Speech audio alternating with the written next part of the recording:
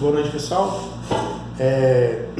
Eu estou fazendo esse vídeo para partilhar um pouco da minha experiência com o filme Dois Papas. Eu achei muito interessante porque eu tive uma experiência muito boa com um filme muito forte. E muitas pessoas vieram me perguntar, né, como foi, o que foi. E aí eu queria partilhar um pouco dessa experiência, tá? Então vamos lá. A primeira coisa que eu quero deixar claro é que o filme é uma obra de ficção.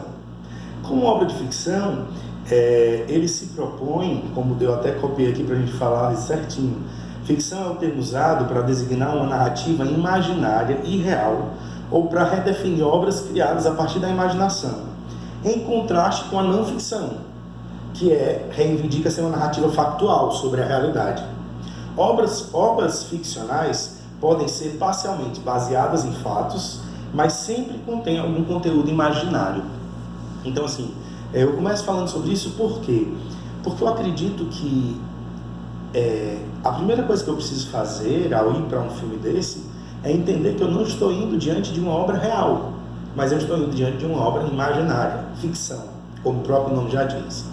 Embasado em fatos reais, porque os papas são reais, a sucessão apostólica é real, a igreja é real, os processos são reais, esse contexto todo é um contexto real. Porém, o filme vai se fundamentar em encontros dos dois papas para dialogar que nunca existiram. Aqueles encontros eles nunca aconteceram em lugar nenhum da Terra. Aquilo ali foi criado. Porque o que foi feito? Se pegou tudo aquilo que era diferente dos dois, pontos de vista diferentes, questões são diferentes, e se colocou em diálogos onde os dois estão pessoalmente dialogando sobre aquilo. E aí de uma riqueza fabulosa, de uma riqueza tremenda, de uma beleza sem igual. Então, assim, primeiro para mim é importante deixar claro que eu não estou fazendo análise de um documento, de um documentário, mas sim de um filme de entretenimento, que por sinal é um filme de ficção, e que, claro, aborda realidades referentes à nossa fé. Então vamos lá. Partindo dessa introdução, eu gostaria de deixar claro também que é impossível você ir para uma obra de arte e você não ver nela a interpretação pessoal do autor. O autor sempre vai dar uma interpretação. Uma homilia que você vê, o padre dá uma interpretação da palavra de Deus. Sempre vai haver uma interpretação pessoal. E quem é a pessoa que está à frente do filme? Fernando Meirelles, que é o quê? Que é um brasileiro, que é um latino, e por isso mesmo ele vai trazer uma interpretação muito própria de toda a história, de tudo. Porém, isso não quer dizer, que é isso que eu acho muito interessante das pessoas, que isso seja algo tendencioso, intencional. Não, é uma questão de ponto de vista, é uma questão de locais. E eu diria com toda tranquilidade que nenhum diretor, nem mesmo católico, ele conseguiria agradar a todos. Porque nós mesmos, no interior da igreja, temos pontos de vista diferentes sobre os dois pontífices. E nós sabemos disso. Isso é belo, isso é rico. E o filme fala disso. Só que o filme fala disso de uma forma que talvez para a gente seja um pouco difícil. Por quê? Porque ele humaniza os papas. Ele coloca os papas como pessoas normais. Ele traz eles muito próximo da solidão, muito próximo da nostalgia, muito próximo da não escuta de Deus, da crise. E é fantástico que as pessoas vão dizer, não, mas não é aquilo. Gente, aquilo ali não é dado histórico, aquilo é uma interpretação pessoal. Mas a partir dessa interpretação, olha que beleza. Ele pega A Noite Escura, de João da Cruz. E eu estou dizendo isso porque eu li, mas porque eu vi isso no filme, mas porque depois eu fui atrás do autor para poder ver essas questões, e realmente a base dele foi João da Cruz. E ele pega A Noite Escura na vida de Francisco e na vida de Bento XVI. E ele pega exatamente momentos cruciais na vida dos dois. E é de uma delicadeza, sabe? Os diálogos dos dois, sabe? O diálogo da defesa da tradição, da defesa da fé, da defesa daquilo que nós acreditamos que é a verdade, mas ao mesmo tempo a necessidade expressa em Francisco de abrir essa igreja ao mundo, de abrir-se à humanidade, de desenvolver uma pastoral que chegue até as pessoas e não negociando a verdade, sabe? Gente, olha, os diálogos são tremendos, são diversos, são vários. E aí você vai ver muitas vezes citações de homilia dos dois, citações de documentos dos dois, e isso colocado dentro de um confronto tete a tete, pessoa a pessoa, e de temperamentos completamente diferentes. Um argentino, latino, sangue quente, tango, bom-humorado, de piada, e um Francisco, dentro da sua cultura, dentro da sua, como eu posso dizer, da sua inteligência, do seu intelecto, e colocar esses dois homens juntos. Eu, por exemplo, eu confesso que eu saí do filme mais apaixonado pelo Papa Bento XVI do que pelo Papa Francisco. E para mim também, eles não estão fazendo um filme sobre os papas apenas. Eles estão fazendo um filme e eles estão colocando na figura dos papas a imagem daquilo que existe dentro da igreja, daqueles que são mais tradicionais e que defendem mais a tradição, e daqueles que querem uma mudança, uma transformação, uma renovação. E, gente, isso é real, gente. Isso é real. Isso está na nossa vida, isso está no nosso dia. Você que está me ouvindo, com certeza vão ter pessoas que estão me ouvindo aqui e concordam com a renovação, e vão ter pessoas que estão me ouvindo aqui e concordam com a defesa da tradição. E a beleza é exatamente essas duas realidades, esses dois homens inteiros, humanos, com pontos de vista diferentes, mas dentro de uma mesma fé, respeitando um ao outro e construindo algo em comum, inclusive um iluminando ao outro, um interferindo na vida do outro. E, gente, aí tem muitas cenas ricas. Tem uma das cenas que me apaixona, né?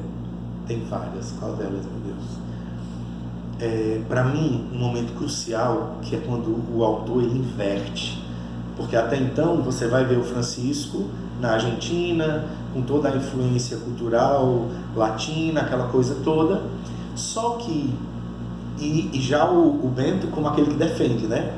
Só que chega um momento X, que é o momento que o Bento vai dizer para o Francisco que ele vai renunciar, né, o papado, que nessa hora o autor ele inverte, e aí é o Francisco que vira, o Francisco vira para ele e diz: Cristo não desceu da cruz, você não pode descer da cruz.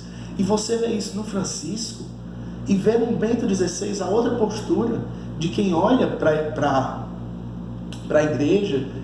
Francisco vai dizer para ele quantos danos isso pode causar à igreja, e o Bento vai dizer: e quantos danos podem causar eu permanecer na função. E, meus irmãos, nós não podemos não levar em conta que esses são questionamentos reais e possíveis. Não está escrito em nenhum lugar, não tem em nenhum lugar, não é dessa forma, não foi desse jeito, não importa. A questão é que são questionamentos, são realidades profundas que dizem respeito à humanidade, à fé, à responsabilidade pela igreja, a responsabilidade pelo povo de Deus. Eu acho muito bonito nessa hora, porque o Papa Francisco, que nessa cena ele ainda é Bergoglio, ele começa a falar para o Papa e ele começa a dizer: mas não sou eu, 1,2 bilhões de fiéis pelo mundo, que não sei o que, nananana. Então, assim, para mim, é de uma delicadeza. E aí você vai vendo esses dois homens diferentes, dialogando, construindo uma amizade pouco a pouco. Você vai percebendo a diferença na vida de cada um. O Papa Francisco, que teve um estilo de vida, uma forma de vivência. O Papa Bento, que teve outra. É outra coisa. E pelo menos a mim, nenhuma hora o filme bota esse é melhor e esse é maior.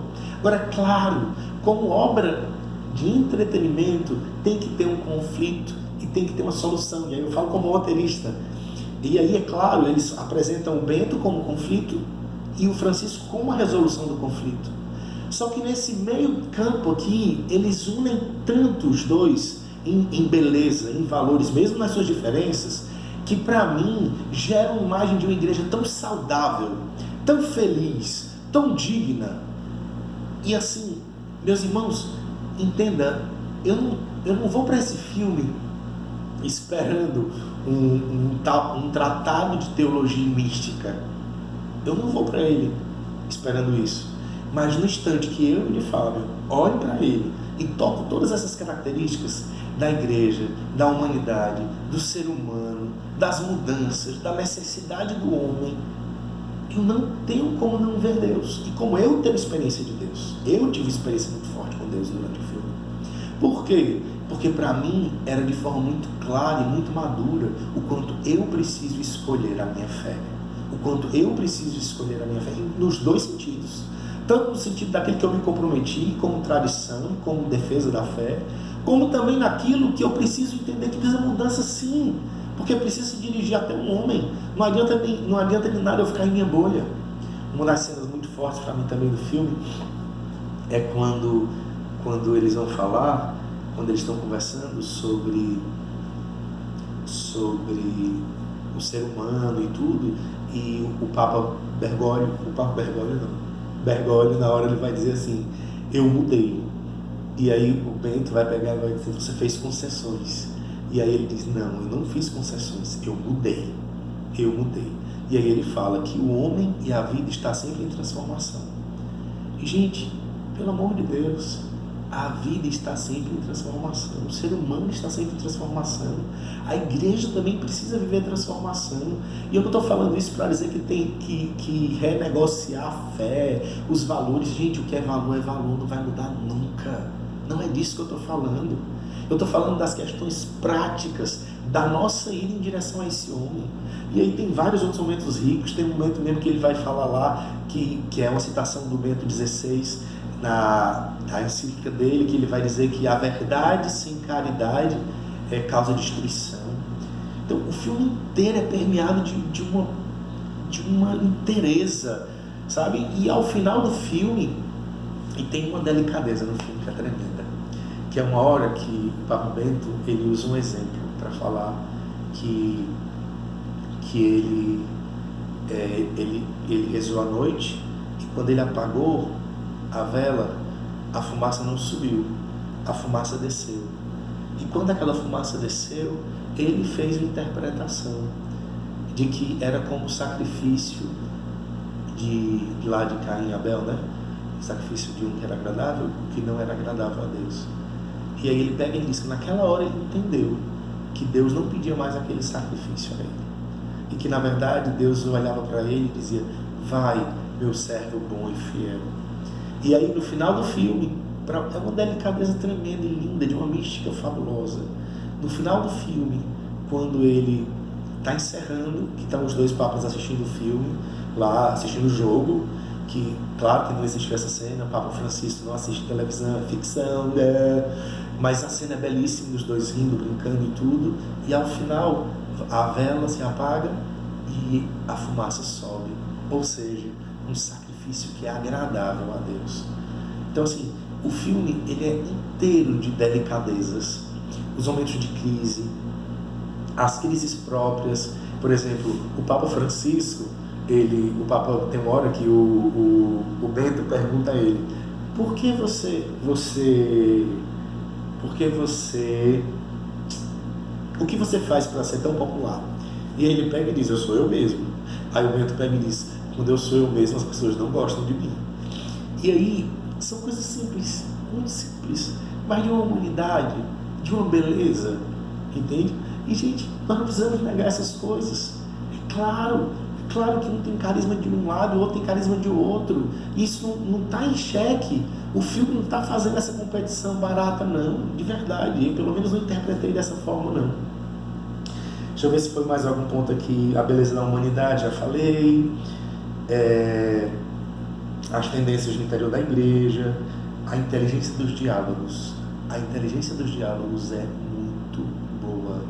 Muito boa. Eu já assisti 2 vezes, vou assistir a terceira. E com certeza vou transcrever textos para poder rezar com eles, porque isso sempre me ajuda. A Noite Escura, como eu falei, interessante porque o próprio Fernando Meirelles vai dizer que ele é meio holístico, ele não acredita muito nessa coisa de um Deus, mas que quando ele leu João da Cruz para construir essas cenas, ele teve uma experiência com algo que ele acredita se aproximar do que seja Deus, e fez com que ele fosse mais sensível a essas coisas espirituais. E aí é também interessante a gente saber que o Anthony Hopkins, que fez o Bento XVI, ele é apaixonado pelo Papa Bento XVI. Ele lê, ele é estudioso, ele lê filosofia, ele toca piano e tudo mais. Respeito pelo outro, já falei do diálogo, 2 homens, solidão e a delicadeza da vida. Pronto. Em linhas gerais é isso. Essa foi a minha experiência com o filme. Não estou ganhando nenhum tostão da Netflix, nem de ninguém para divulgar nada. Estou falando apenas de uma experiência de Deus e de minha leitura da fé. Sobre as pessoas que questionam, sobre principalmente as críticas, né? Eu acredito que é importante a gente ver como uma ficção. Acredito que é importante a gente entender que se trata de um bom filme e que está levando as pessoas a bons questionamentos. Sobre essa questão do questionar a realidade, o que é ficcional, as pessoas entenderem ou não entenderem, eu não acho que isso seja um problema para os dias de hoje. Eu acho que cada vez mais o homem vai ter que lidar com essa realidade, e a gente da fé também vai ter que lidar com essa realidade. E para aqueles que estão incomodados, o que eu quero dizer é: se tornem diretores bons o suficientes, produtores bons o suficiente para serem contratados pela Netflix para fazer uma mega produção dessa e dar a interpretação de vocês. Porque eu garanto que quando vocês fizerem isso, ainda assim, vão ter centenas de pessoas que vão discordar de vocês e criticar o trabalho de vocês. Um grande abraço, Deus abençoe. Shalom. E eu gostaria de ouvir você. Diz aí pra mim, qual é a tua leitura, qual é a sua experiência. Assiste o filme também, por favor. Não fique só com crítica dos outros, não. Faça a sua própria experiência. E por favor, vá desarmado. Não vá pra lá com defesa de fé, não. Vá pra lá diante de um filme de ficção, entretenimento. Tá? Eu lhe garanto, você vai achar Deus. Deus te abençoe. Shalom.